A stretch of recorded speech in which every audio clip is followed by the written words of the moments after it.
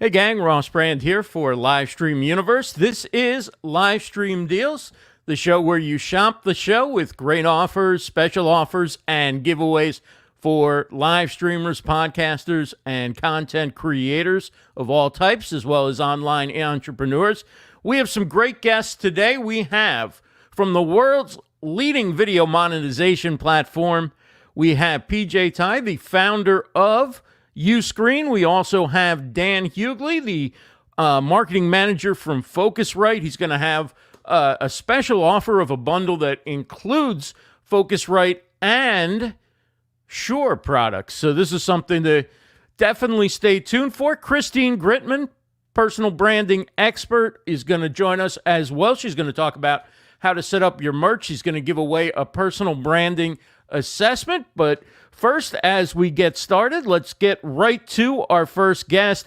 He, as I mentioned, is the founder of the world's leading video monetization platform. Uscreen lets you sell videos online. It's a very high-quality platform. Beautiful looking websites that you can put together to sell. You can sell courses, VOD, OTT. You pretty much set up your own Netflix if you want to. You can live stream using StreamYard or whatever your favorite platform is. PJ, welcome to Livestream Deals. It's great to have you on. All right, absolutely. Thank you very much. Thanks for having me as well. Yeah, and thank you for supporting the 5th anniversary party for Livestream Universe with a wonderful giveaway of your Amplify package to one of our attendees. Really was the grand prize of the event. So thank you so much. Tell us a little bit about how you started Uscreen and what your idea is as far as how you help people monetize their videos. Yeah, absolutely. So Uscreen's about 6 years old now, and we started it because we wanted to show and build something to help everyone make money with their videos, whether it's live or on demand. And we've been doing a really good job at it. The first few years was a struggle because we had to build the right tools for everyone, and that includes some marketing tools to help you grow. And then we've come a long way. We host over about 7,000 customers now, about 7,500. And that includes live and on-demand streaming of content for all different types of content. That includes health and wellness, fitness, e-learning, educational content, lots of entertainment, films, movies, theater, symphonies, operas, and kids content and all that good stuff. So we're having a really good time helping all types of individuals, creators, businesses make money selling and monetizing their videos online. So you can find out more about all the products and services on today's show by going to livestreamdeals.com, livestreamdeals.com. There'll be links and images at the top of the page. You can click and go right on through and check out, learn more, even get started. You guys have a nice 14-day trial, I believe, so you can go right on through and try it out. You'll be really surprised by how high quality it is. How did you come to put together I guess you'd call them templates that people can set up their sites, they can sell from, they can really do all the interaction with their customers right through your platform? Really, it's a beautiful looking, high quality setup.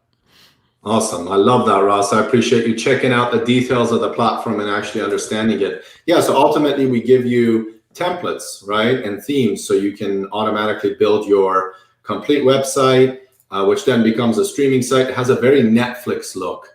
And then you can also then launch landing pages as well. So yeah, we have built-in themes, and I think we have over 100 different little blocks that you can build your website pages, sales pages, landing pages, homepage from. And it gives you a really nice Netflix look, which is pretty cool. And people really digest the content when it has the categories and all the videos set up for that. It took some time to figure out how to build it, how to make it look the right way. But with a lot of trial and error, luckily, knock on wood, it's come together pretty well. And everything's hosted on your platform, right? So you don't have to have a separate website host for your videos or a separate media host. It all happens, it's an all-in-one platform. It is absolutely all in one. And that's actually one thing I really focused on. My previous background was a web hosting company. WebNet Hosting was the name. And I knew that all in one is what people wanted. They don't want to sit there and figure out, okay, where do I host my videos? How many gigabytes and all those different. That's the early days of the internet. But eventually people want that Shopify setup all in one. So we're basically the Shopify for selling digital goods, selling courses, selling membership sites, selling fitness videos, building a streaming service like Netflix. So it, all in one, absolutely, it does everything for you. The only thing you got to bring is your videos. We even give you the marketing tools. So let's talk about courses and memberships, because I think that's where a lot of solo creators and small business people who create video content, particularly live streamers and other people who have some expertise in a field, they want to go and monetize that. And there's a lot of thirst right now for people who are at home to learn and add to their skill set. So if you were about to start creating your own course or your own membership group, how would you go about using Uscreen to do that? How can you help a course creator or somebody trying to monetize their knowledge and their expertise through selling courses? Yeah, that's a great question, Ross. And the way you do that is you first come into the platform, you go to uscreen.tv, hit free trial, you get a 14-day free trial for the full platform, and you start by uploading your content and then adding the basic metadata to it. You organize it, you build your membership site, you set up all your content in exactly the fashion you want, the curriculum. If it's a course, you can schedule content over time. So you basically build out that content and you organize it in exactly the format you want to your customers to digest that content. You then use the themes to build the website. You can also launch your own apps. You get your own app on iOS, Android, Apple TV, Roku, Fire TV, all the different OTT apps, we call them. So then what happens is you have the apps, you have the full website, and then you're able to then go out to your following, your email list, and give them the link for the website as well as the link to the apps. So users can come and pay for your content. You can do memberships. You can do multi-tier of subscriptions. You can do monthly, annually, semi-annually. You can sell at one price, sell at another price. You can do one-time sales. You can mix that with a rental, a pay-per-view. So other different forms of content there. And those are a lot of our customers. If you click e-learning there, one of the tabs at the top, you'll see that all the different customers here that are selling courses. Fader Pro, Magic Stream is the Netflix of Magic.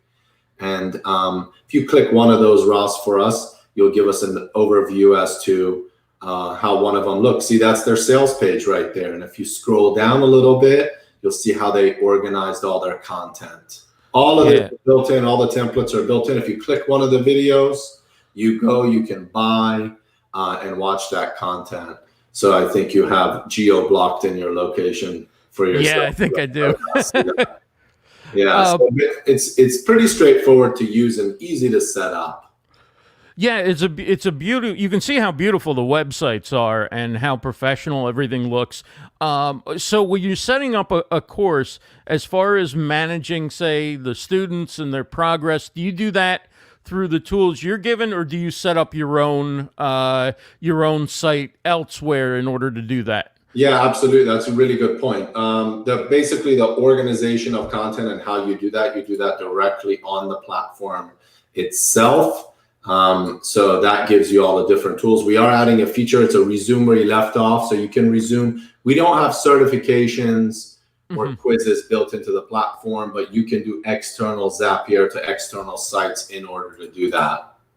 But if you're doing a course that's a video delivery course, essentially, or video on demand, right? Somebody pays for the course, and then there's 12 modules, and each one has its own video. You can do that, everything from taking payment all the way on through to having those people finish the course, or even live streaming sessions. You can do all that within the infrastructure of Uscreen, right? Absolutely. All of that is built in. Everything from the setup of the site, the template, the website, the videos, everything is absolutely built in, ready to go for that.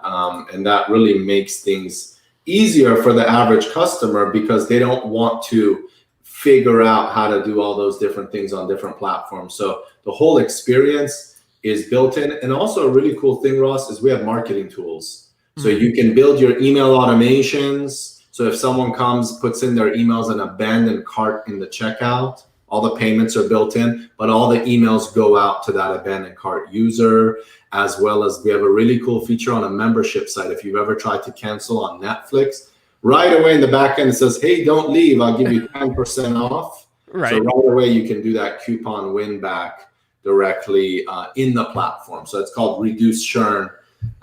It's a feature that we built in. So those marketing tools are built in all the way from landing pages to your email automations.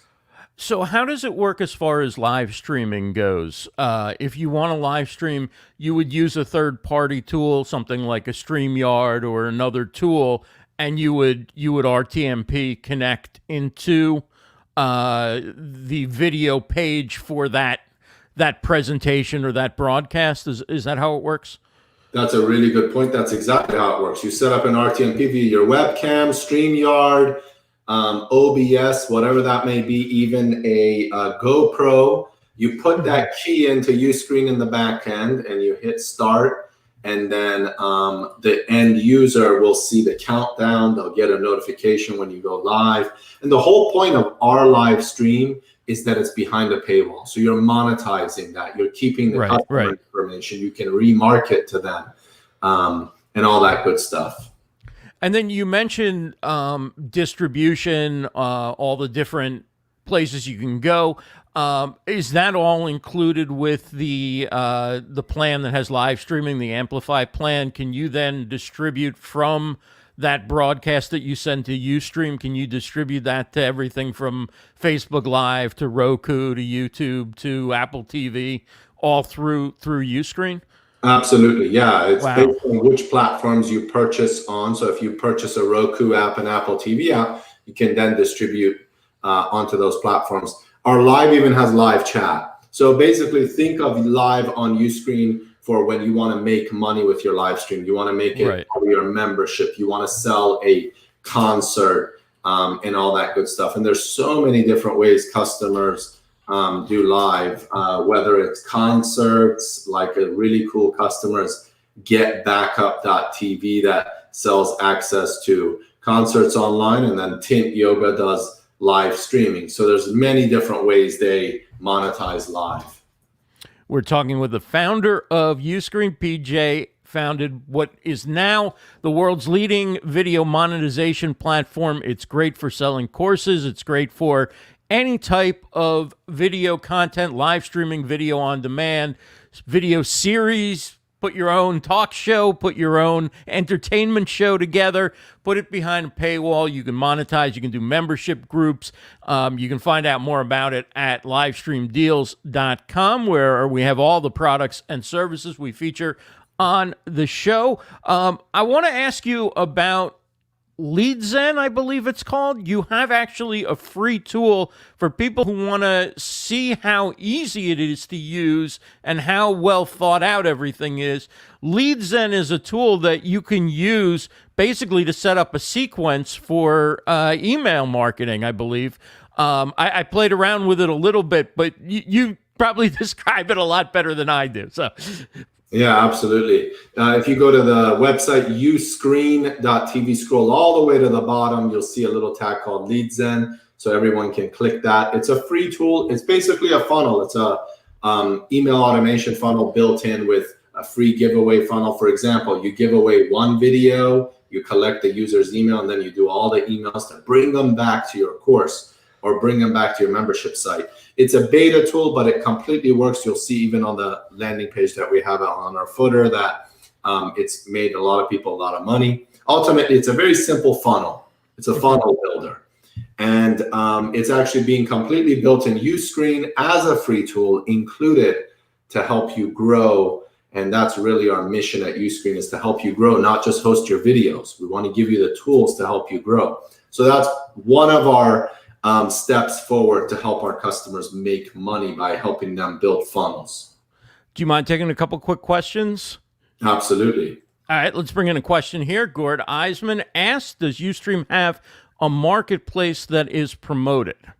That's a good question. No, Uscreen doesn't have a marketplace. We actually are fully white label, so you can put your own brand. It's ultimately up to you, the creator business, to push that membership or course platform forward. We don't offer a marketplace. Yeah, and one of the things I noticed when I was going through some of the examples that you had up there is that some people would have a site that they would create through Uscreen that would have their videos, it would have their sales pages, everything they needed to monetize their video content, but they might have a tab that would be for some other products. It might be for learning more about, consulting or services that they provide, and it would when they hit that tab, it would click to their website. So you can, through Uscreen, also build in, links that will send people not only to what you have on Uscreen, but it would send them to your website. And depending on how your website looks compared to what you set up with Uscreen, it really can seem seamless. At least it did for a couple of the examples that I looked at. Absolutely. You can have additional tabs, sell physical products, a book, link to your podcast, put a blog up, all that good stuff. It's fully customizable. How does customer support work between the creator and the customer subscribers? That's Fully Involved Media Group asking, how does customer support work between the creator and the customer subscribers? Good question. We absolutely have an option in the plan that you can have your full end user support. We call them end users, your subscribers, supported by us. We have a white label solution that we give you support to help you with your support for the customer. So we do it for you. That's great. PJ, final thing I want to ask you, any tips you can give for people who are looking to do video marketing, video selling, set up maybe their own paywall and start to create courses or membership groups that revolves around their video content? What would you recommend as we go into 2021 as far as how to go about doing that?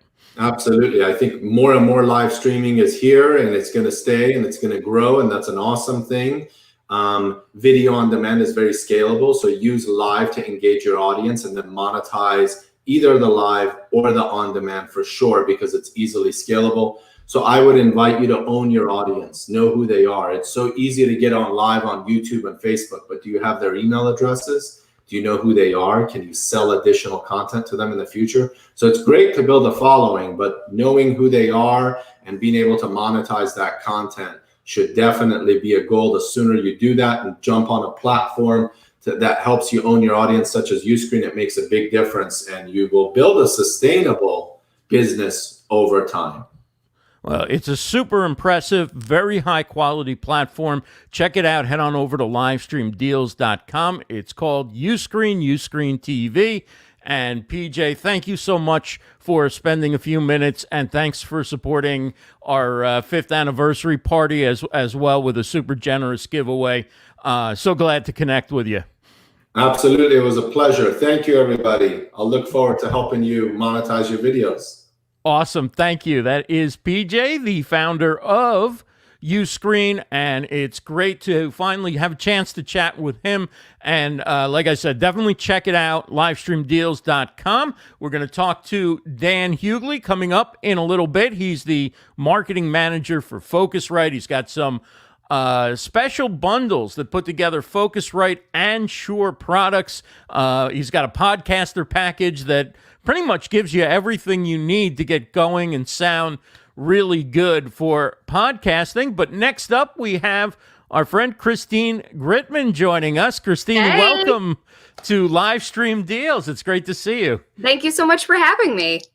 So Christine, for those who may not know, and I think everybody knows Christine, but you deserve an introduction like everybody else. So she is not only a social media expert, but she specializes in personal branding. Her look of her podcast and her website and the merch that she shares and everything is so cool. And I'm so excited to have you here. You've got a special offer. You're going to give away a personal branding assessment to one attendee. So we will give out a hashtag in just a bit for that. We're also going to give away a StreamYard t-shirt in just a little bit as well. But first, tell everybody how you got into the field of personal branding and how you kind of decided to make that your specialty. Sure. So actually the focus on personal branding is pretty recent. Social media has been my thing. Well, I shouldn't say that the focus is recent. My personal brand and my interest in personal branding actually came before my social media company. So I worked, before I started my company, Gritmon Inc., I worked for my local newspaper. And that was the first time I really experienced the power of a personal brand firsthand. And that was also something that was fairly new to the newsroom. Previously, journalists had been trained to keep themselves out of the story, to stay very much, a neutral voice. And now they were expected to have Twitter followings. And this was a brand new thing for a lot of them. Meanwhile, I didn't come from a journalism background. I actually came from consumer brands. So jumping into social media, which I hadn't actually used professionally before that, because when I was in consumer brands, it wasn't a thing yet. Right. Jumping into social media, jumping into personal branding, jumping into really letting the readers know the people behind the pages, and figuring out how we could package things on social media, not in a clickbait way, but in a way that would get the right people to actually engage and consume the content, really was a lot of fun. And we just geeked out on it. And I got an opportunity to do a lot of things there. So when I left that job in 2016 to start Gritmon Inc., I had a personal brand to kind of launch me along. And through the years of helping small businesses figure out how to do their own social media better, I realized that a lot of it really does start with branding, and it's something that fellow marketers struggle with as well. I gave a talk on this at Andrew and Pete's first conference, Atomicon, in 2019. It was a talk about how marketers often don't market ourselves. We feel like we're too busy, we're too shy, we feel like I market other people, I don't market myself. And so just this year, I really realized that I was feeling a call to do something more with that, to not just have branding and personal branding and putting yourself in the picture be part of what I did with these small businesses, but to also emerge into its own separate specialty that I could really run with and have some incredible conversations with. As you know, I've built up such a great network of marketers that I knew that it was something that I could really run with. Yeah, it's so true for any field, but you definitely see it in marketing. As you get better and you get more experience and you get quicker at seeing what other people need to do, and you can kind of come to a solution right away. When it comes to your own stuff, you're too close to it. It's like a doctor can't treat themselves sometimes. Yeah, and I even sort of reassessed my own personal brand really heavily just this past summer. I chose slightly different fonts because the ones that I had been using were kind of played out and hadn't. I played with so many dozens of font combinations. It's ridiculous. And I redid my logo. I redid a lot of my branding. But it was an evolution, not a revolution. But it has worked. I've gotten more attention, I have to say, more of the right type of attention in the past few months than in the many years preceding it. Just because that's the power of kind of identifying, okay, here's what I'm about. Here's how I'm expressing it. And it's just great. It makes you able to be so much more identifiable because people know what to come to you for and what to refer you for. Well, you have a super cool merch shop. I mean, I love it. Obviously, I'm a little bit biased because my last name is really just all over it. But yes, it is. You sell some really cool products, this being one of my favorites. In fact, here's the other side of it. It says, oh wait, let me put you on larger so we could, there it is, Christine Gritmon. Let's talk about brand. That's fabulous. This is so fascinating. I love it. Actually, you'll see that image on the top of live stream deals, and you can click on through, and Christine's services page is there. You can find out about all the different ways that she works with people. Talk a little bit about what it takes to put together a merch site. I know a lot of live streamers and podcasters and other content creators see other people selling merch and they wonder, hey, is this something I can do, or is this a really difficult, complicated product. I don't have a factory where I can manufacture, coffee mugs, and I can make T-shirts and stuff. How do I go about setting up something like that? So one big thing that I was very clear on from the beginning is that I needed to not have to invest in a whole bunch of stock. This is print to order. So someone orders it and it gets printed and shipped. I make almost nothing on these pieces. I just really like having it out there. So it was a few steps. First, I would go to conferences and all my friends would have their own stickers.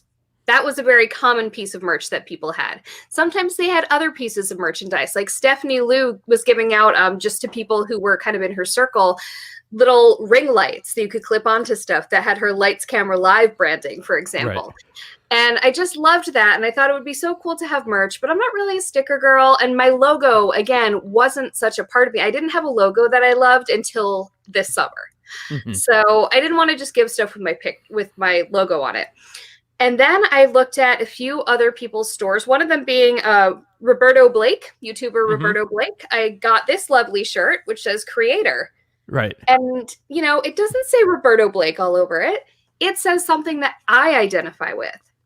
Mm-hmm. It was stuff that his audience would identify with as themselves, not just wearing him on themselves. Right. And that's when I realized, you know what? It doesn't have to be just Christine Gritmon Inc. merchandise. It can also be about the small business community. So I have, I think, 7 variations of the things that I have. So I have Let's Talk About Brand, which is my Facebook live show at noon Eastern time on Fridays.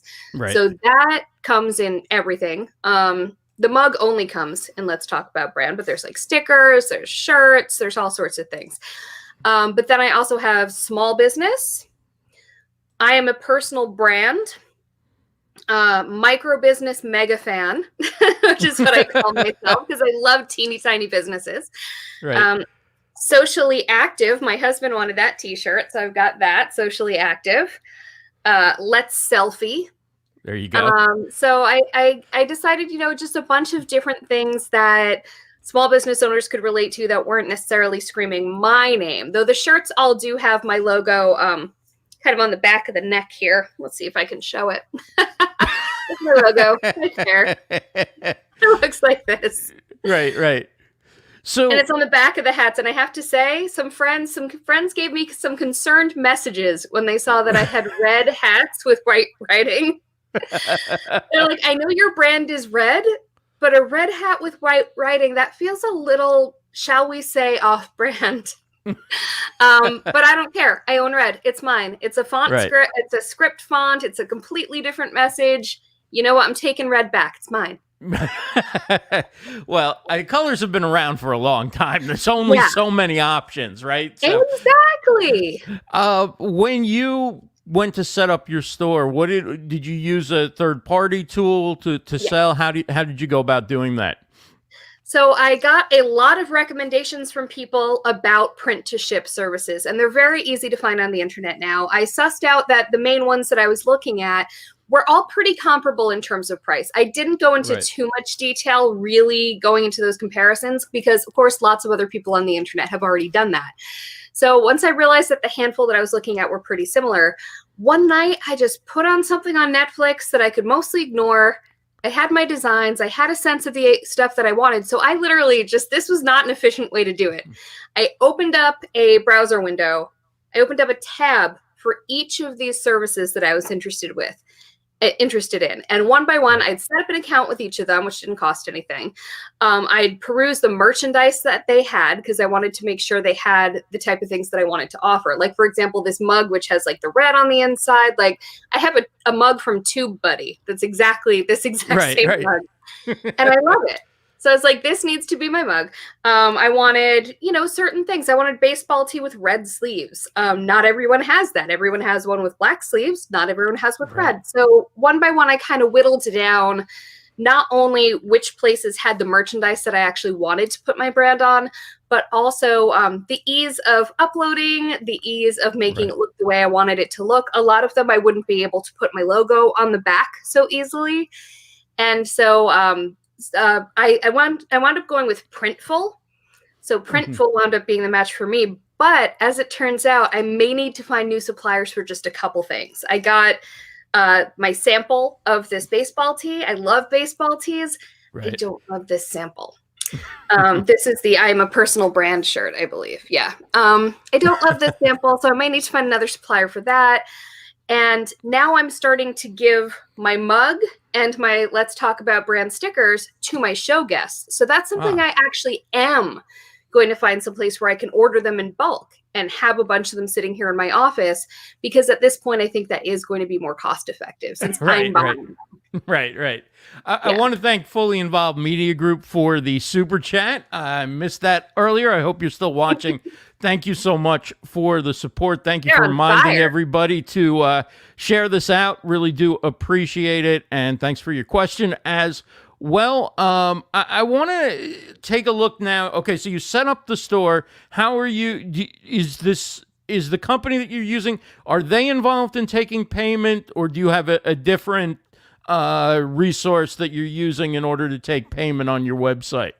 They are, but I don't understand all the tech behind it. There might be better ways of having set this up, but I already had my website on Squarespace. I just do my own website. And so it was very easy to just send the items automatically from Printful to Squarespace. They had sort of a connection there. What I didn't realize until someone actually went to go order some of my merchandise is that I needed to set up my shipping costs independently on my Squarespace site. So I'm still not sure if I did that right, but that's how it is. And then my friend Deanna Carolis helped me a lot with sort of figuring out how to then set up the shop in Facebook and in Instagram. I still don't know if it's really up properly on Facebook, but I don't care as much about that as I do on Instagram. Everyone who has bought from me so far has actually bought through Instagram, though ultimately through my website. So Christine is giving away a personal branding assessment. Before we do that, tell everybody what is a personal branding assessment, and for those who do perhaps an assessment, how do you typically work with people to transform their personal brand so that they are up to date and aligned with what they're really trying to communicate, how they're trying to reach out into the marketplace? Absolutely. So what I'm doing with these personal brand assessments is whoever wins it, I'm going to look up wherever I can find them, online, basically their main platforms. Do they have a website? Are they on social media? Are they on LinkedIn? Wherever they are. And I'm going to share my observations about how consistent their messaging is, how consistent their content is with that messaging, the general overall impressions that they're giving out there with their branding, and some tips, some immediately actionable tips. It's going to be a one-pager. So I'm going to send them a beautiful, it's going to have red on it. It's going to be a one-pager, just basically saying, here's what I'm observing. Here are some immediately actionable tips that could make this stronger. And then for people who want to work with me, the way I work with people is it really is more of a coaching methodology. They buy a package of 6 sessions with me that they can use, monthly for 6 months, so they can bunch them up at the beginning, spread them out at the end. But the ultimate goal is they feel like they've got it. I help them tease out and refine what their personal brand is. A lot of people feel like they don't have a personal brand, but whether you choose to own it and define it yourself or not, you do. Your personal brand is what people think of you. It's the you that exists in people's heads. It does it all. And no, I was just going to say at livestreamdeals.com, you can click on the image. I believe it's either a coffee mug or a hat. I forgot what I put there, but it definitely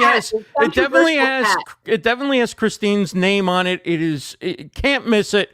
Click on through that, goes right to her services page. You can learn more about her personal brand coaching, her workshops and training, and social media strategy work as well. I need to update that page, but it's easy to get in touch with me.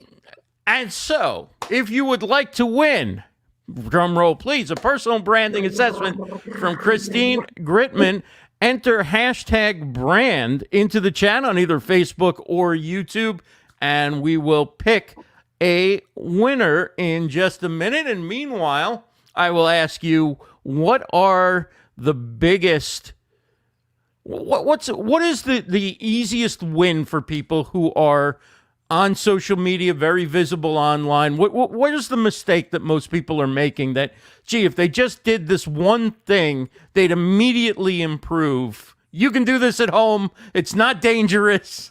Get to it tonight as soon as the show ends. Don't do it during the show, but as soon as the show ends.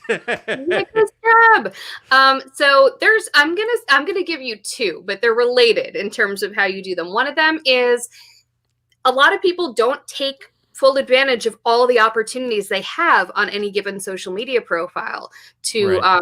they don't fill them out fully. They don't have a, banner on the top of their LinkedIn profile, or they don't have their about section fully filled out somewhere. They don't have a link in their Instagram bio. Take advantage of every single opportunity on every platform, on every profile, because every single tiny piece of real estate on that profile can work so much harder for you.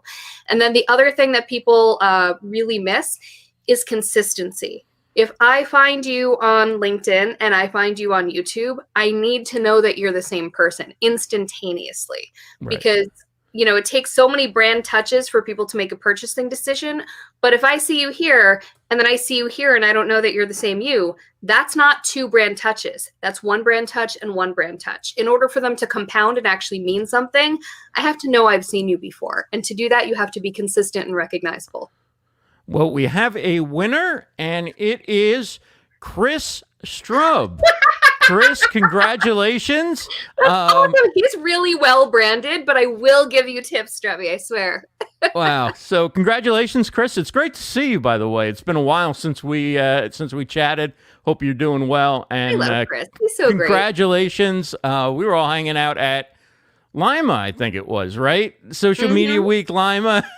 Last time we were allowed to go out in public and be with other people. So it's great to see you, Chris, and congratulations. And like you said, he's really got a good brand online anyway, but everybody can use another set of eyes from time to time on their brand. It never hurts, and it'll be a challenge, like a forest for the trees situation, because I'm so familiar with him. And so I need to just kind of put on the professional glasses and be like, all right, if I didn't know him, what do I think here? And knowing him. Right.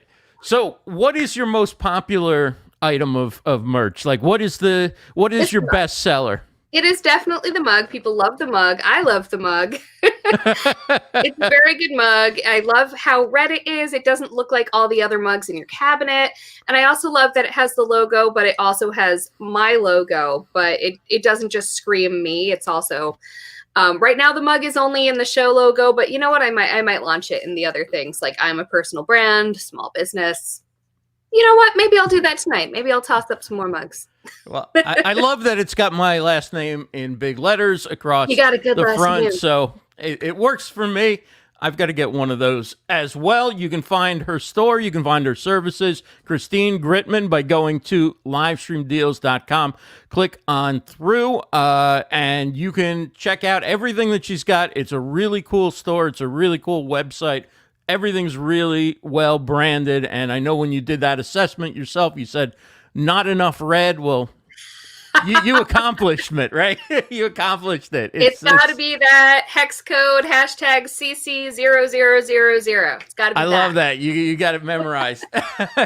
Thank you so much, Christine. It's great having you on. Thanks for the giveaway. Thank you for having me. Awesome.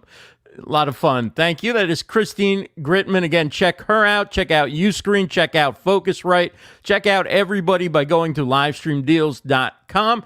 And you can click, like I said, right on through and get to their good stuff. Speaking of red, we have Dan Hughley coming up in just a minute.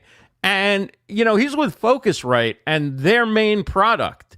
Or I don't know if I say your main product, but their popular consumer product, because they've got a whole bunch of different great audio interfaces, but their popular one that most people know who are podcasters and live streamers is called the Scarlett. And so we'll get to that version of red in just a minute. But if you'd like to do another giveaway, we are giving away a t-shirt. It's a black t-shirt from StreamYard.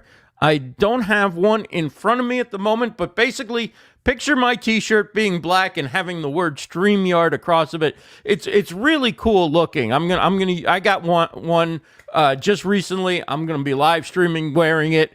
So if you're interested in winning a StreamYard t-shirt, put hashtag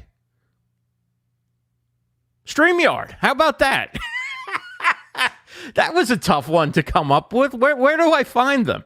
All right, so hashtag StreamYard is what we want to use. I'll be checking the chat. I want to say a quick hello. Brad Friedman is here. Anita Sonia, great to see you. Chris Strub, of course.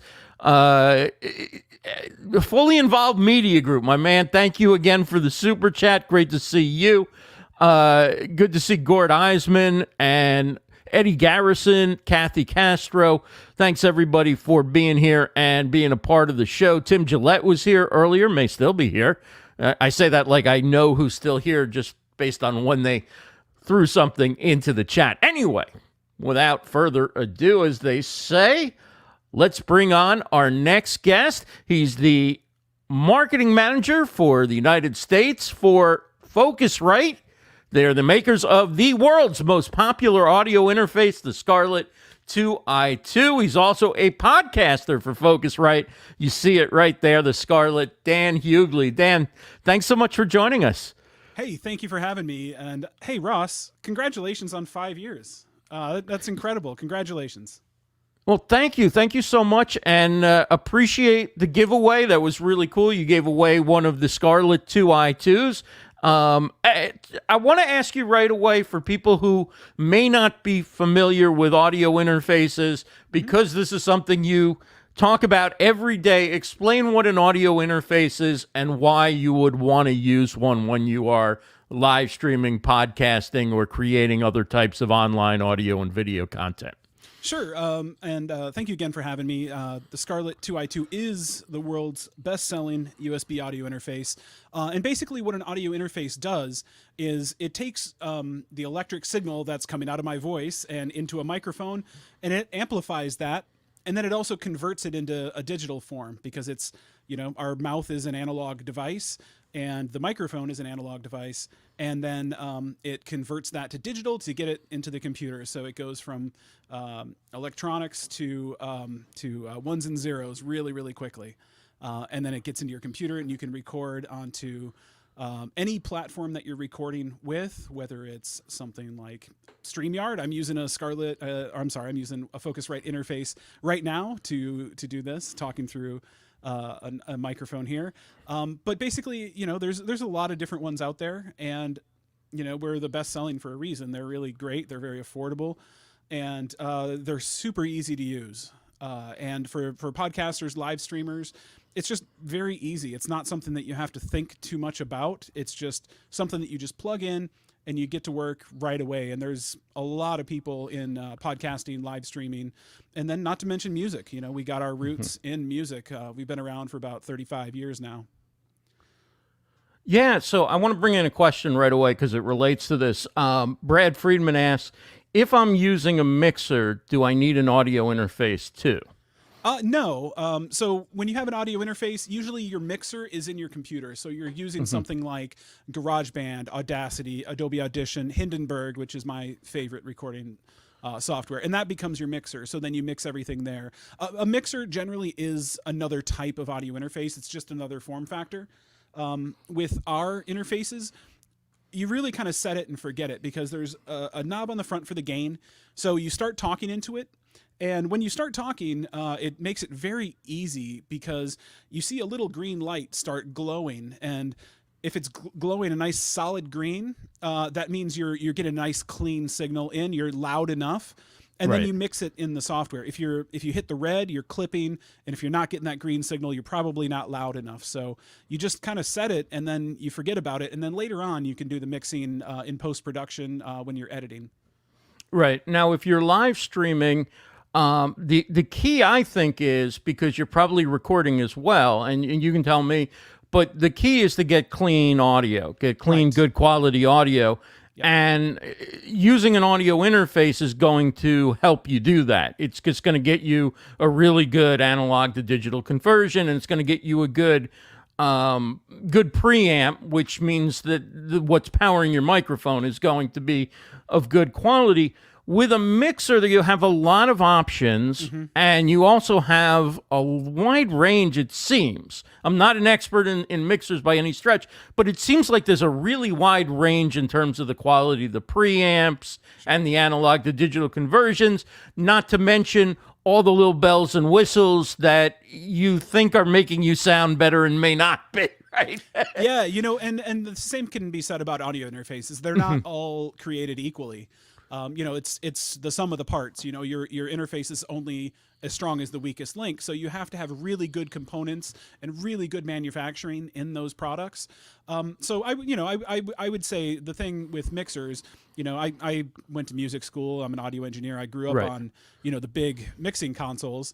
But there's a lot. They can be very intimidating, especially with someone that's brand new to this. You have faders, you have knobs that you can turn, you have EQ that's built in, there's reverb, there's all of these different things that you really don't need to think about, especially live streaming. Live streaming, you just want to get that clean signal in.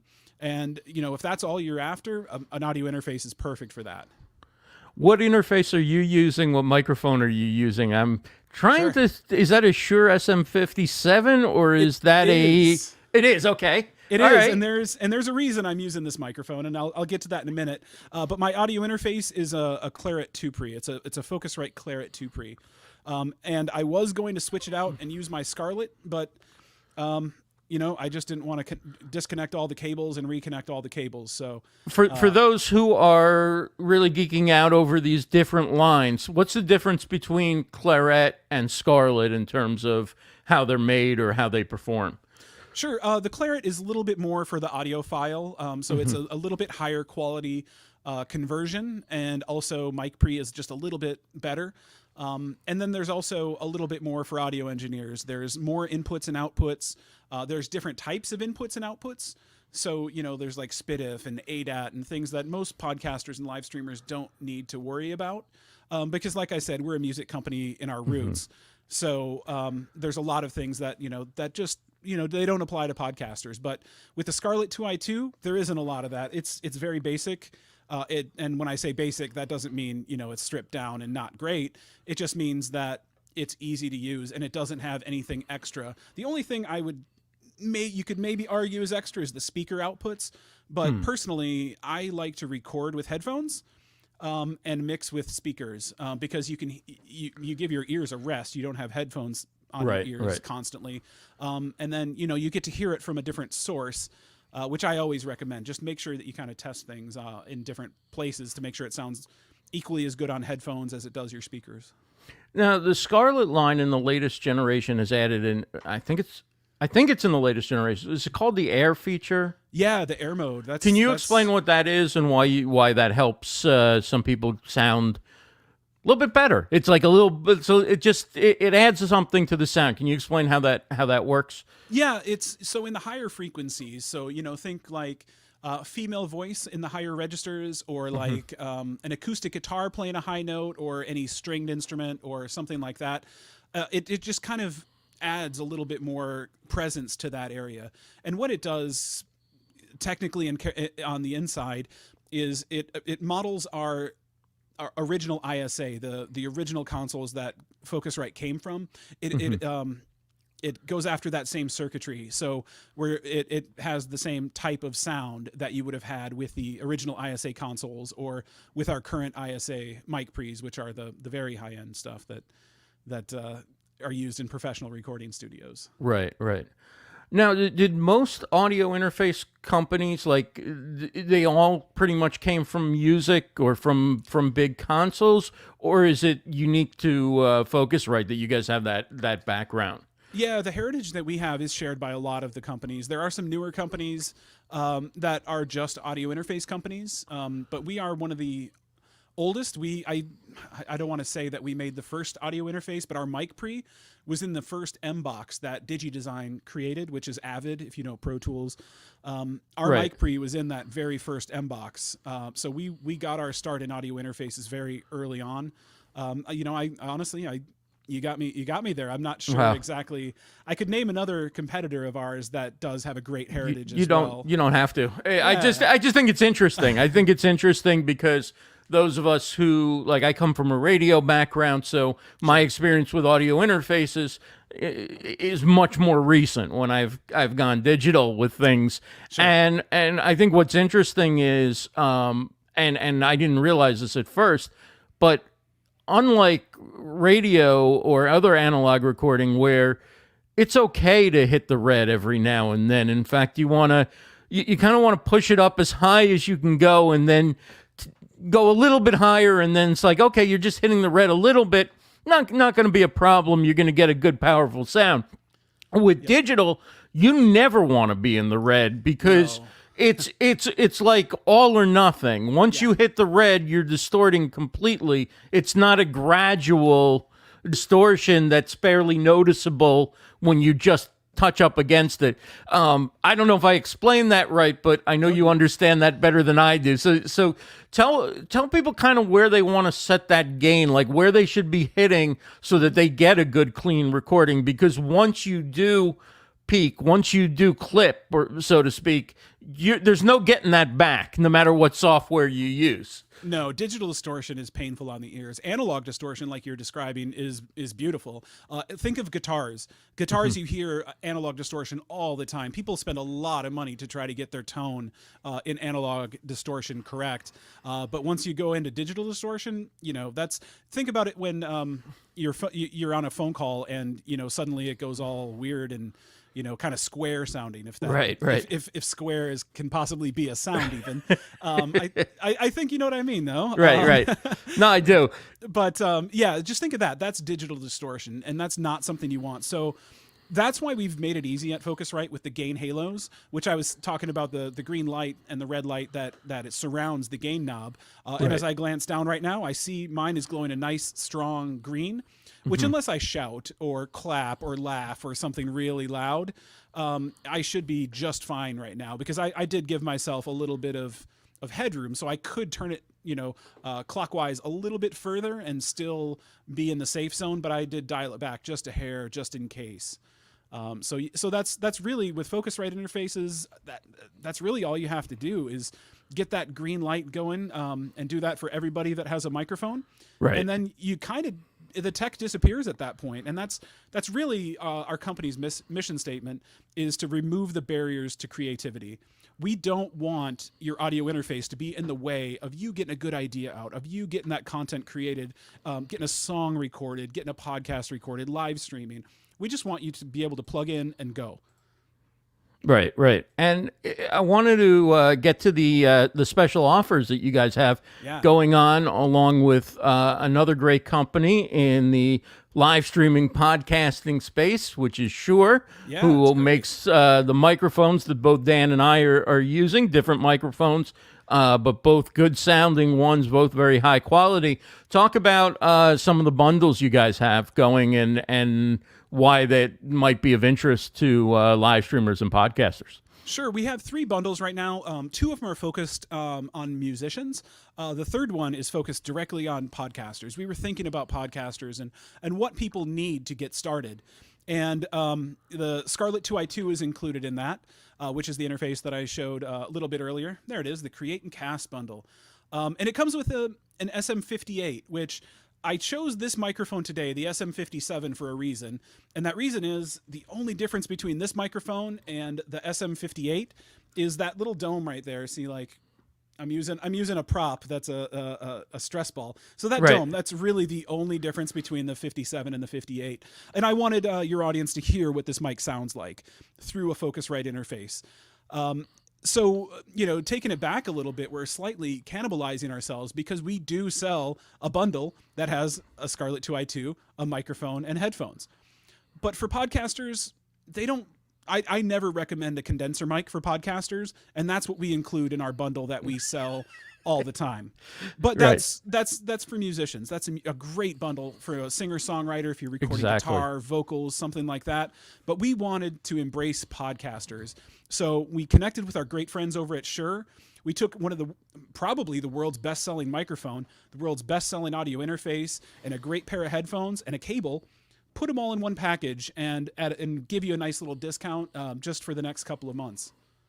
Yeah, and you can find the link to check out those packages at livestreamdeals.com. It goes right through to the Focusrite site. You don't buy on the Focusrite site, but there'll be options available wherever you typically buy gear or want to go look for gear. There's a variety of manufacturers and not really manufacturers, but sales company, retail companies, sellers out there. You know who they are, the popular ones. They'll be having these bundles. I think it's interesting what you say about microphones, because the microphone, the SM58, is a great microphone for doing home recording. Oh yeah, for sure. I've had audio engineers tell me actually it's the best one for doing home recording. Now, I would argue that depending on who you are, how you use it, your home, what situation you're in, I'm partial to the SM7B. I like the RE20, but what's great about this microphone is it's really an all-purpose microphone. You can use it at home. It'll reject noise. You can use it on stage with guitars blaring, or when you're speaking at a conference, you can take it out and do handheld interviews. It's a great microphone for the price. It's really like you're getting the world's most popular, best-selling audio interface and the world's most popular, best-selling microphone, I believe. You really are. And if you've ever seen someone standing at a podium, they usually have an SM58. If you've ever gone to a concert, has anybody ever been to you remember those? Do you remember concerts? I vaguely think so. I think so. Every vocalist on stage generally has a Shure SM58. Super popular microphone. Sorry, I sidetracked myself by looking at your questions. I'm trying to steal your thunder there. No, a great sounding microphone, and our interface just makes it sound great into your live stream or your podcast or into your music. Yeah.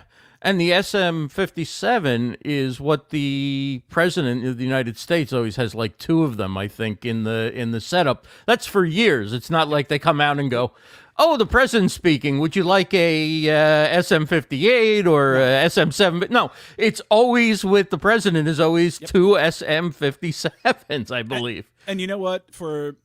It's a super versatile microphone. I was listening to a podcast yesterday about an album that I love that came out this year, and come to find out, the vocals on it was scratch vocals. They were demo vocals. They were never supposed to be final, and they made it onto the album, and he was using an SM57 for it. And just because it sounded great. And, going to music school, I got to shoot out a lot of really great microphones, and it was funny. For my final project, I put an SM58 on the vocalist, and that was the best sounding microphone for his voice. Right. Now, that's not to say it's the same. That's not to say it's the best mic for your voice. If you're singing, most of the time for podcasts and broadcasts and things like that, you're going to be just fine with an SM58. SM7B is a mic I love, Ross. You know that. I have one right over here next door. I also really like the Heil sound mics. Yes. So they're excellent mics too. They really are. Yeah, I have a lot of favorites, and my wife keeps bothering me because I have a big collection of gear, and you can only use one at a time. So I cut back on buying gear here. I know. I am so tempted to buy other mics and other interfaces just to mix and match the sounds and see what. But they do cost money. So when you find something that works, stick to it for a while at least. And these are great bundles. Again, this is Focusrite and Shure putting together a package that basically gives you everything you need to podcast or for the audio side of your video creation. So check that out at livestreamdeals.com. Can you hang out for a second? Can you hang out a couple more seconds? Yeah. Can I just throw out how much that costs? That's sure. I forgot. $339. So you save about $40 if you buy this in a bundle. And if the link that you provided, Ross, that's a great link. If you scroll down to the bottom of the page, it shows exactly where it's available. It Oh, links here we go. Yeah, it links directly to. So the center one, the Podcaster Create and Cast bundle, it's also available at Guitar Center, Musician's Friend. Those haven't been added to the website yet. They just came online yesterday. But B&H, very popular with podcasters, Sweetwater, pretty much the big dealers here in the U.S. All right. We have a winner for the StreamYard black T-shirt with white letters. It says StreamYard across the chest. Very nice looking T-shirt. That goes to Brad Friedman. Brad, congratulations on winning the StreamYard T-shirt. And we will, I'll get a hold of StreamYard and hopefully get that out to you as soon as possible. So congratulations on that.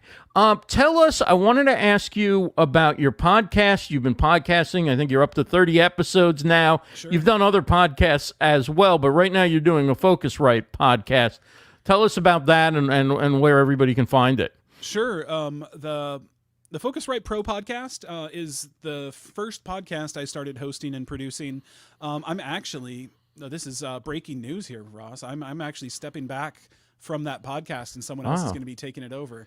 But yeah, we have close to 30 episodes, and you can find that everywhere. You know, it's on Spotify, it's on Apple, it's on Google, anywhere that you listen to podcasts, you can find that one.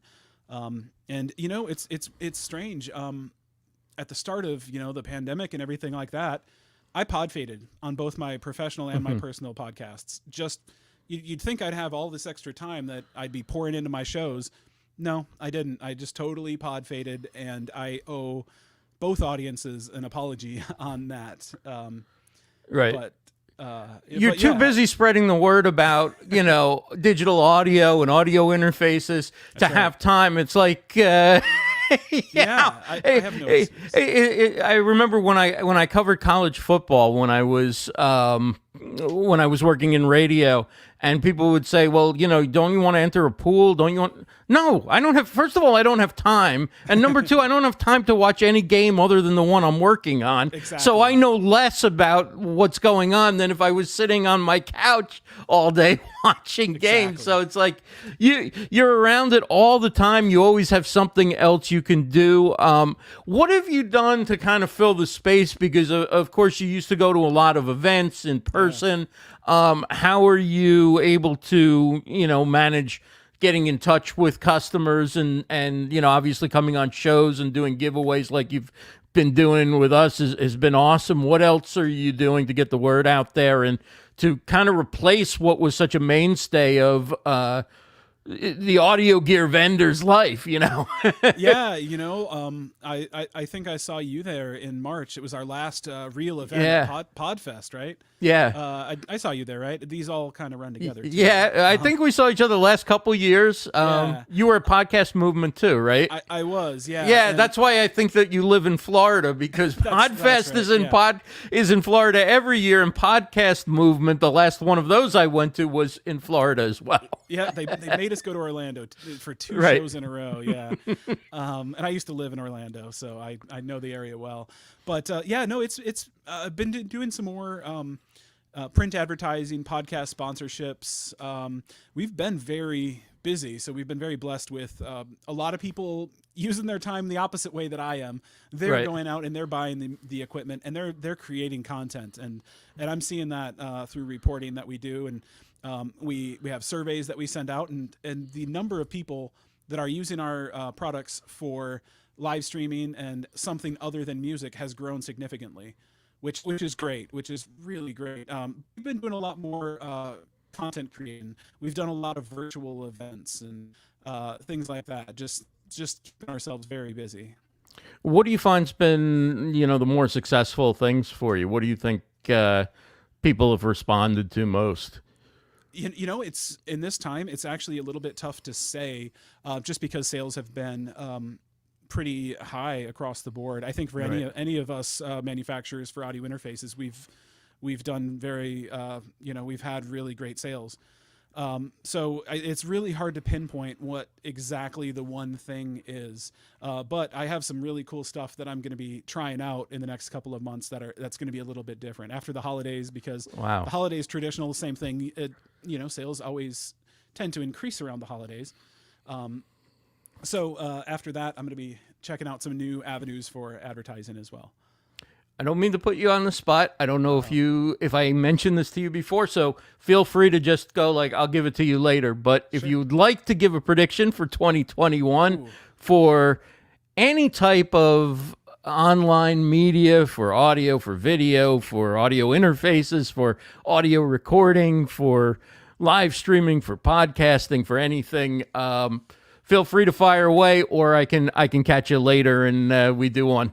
If you prefer. No, I'd like to predict that. Okay. That we are going to see an increase. We saw, I think 2019 and 2020, they were big years for podcasting, especially to come into its own with the Podcasting Academy, with different awards shows coming together. I think finally, with a million different shows, literally a million shows, podcasting's finally been noticed, with Spotify spending close to $1 billion in the last 2 years on podcasting specific acquisitions. That's huge, and that's really big. And I want to say that we're going to see a lot more professional podcasts, a lot more professional live streams. And I think we're going to see some really cool technology coming in the next year as well, from a lot of different manufacturers, microphones, audio interfaces, a lot of different things. We saw that with Shure just a couple weeks ago with their new microphone, which I'm just itching to try out. Yeah, that's. I think it's the best for its class that I've heard. Right, for its style of microphone that I've heard. And me being in marketing, I just admire the way they rolled that product out. They did a great job of launching that product. Yeah. So of course I wanna get a good listen and try it out for myself. Yeah. It seems like everybody likes Shure, no matter where they come from. And particularly in the industry, like all the vendors love like working with Shure and like their products, which is cool. And of course, your products are so popular, and you help so many people get started with podcasting and live streaming, and then they can continue to get better mics and connect those quality products as well with either a Scarlett or a Claret. Focusrite has got everything you need as far as audio interfaces. And, I so appreciate you coming on and just all you do to support everybody in the industry. You're awesome, Dan, and congratulations on all the success you guys are having. Oh, thank you, Ross. I appreciate that. And I appreciate you having me on. And I really hope we get to see each other and see all of the great people that I'm seeing in the chat here. I hope we all get to see each other and sit down and have a conversation and, shake hands without fear and maybe see each other's smiles without a mask. I really hope that we can do that again one day very soon. I hope so too. It was great meeting you in Florida. It was great interviewing you one of the conferences, and it's always great to have you on the show as well. Anytime you've got something new, let me know, and can't wait to talk about it. Certainly will. Thank you very much, Ross. Okay, thank you. That is Dan Hughley from Focusrite. So that's the big offer going on right now, is that Focusrite and Shure. Focusrite makes the audio interfaces, Shure makes the microphones, and they have bundles that you can get. Their podcasting bundle in particular sold many of the big retailers, resellers. You can check out and get those special deals, and you can go to livestreamdeals.com and you can find out about all the products and services and easily click through for more information and to go ahead and purchase. livestreamdeals.com.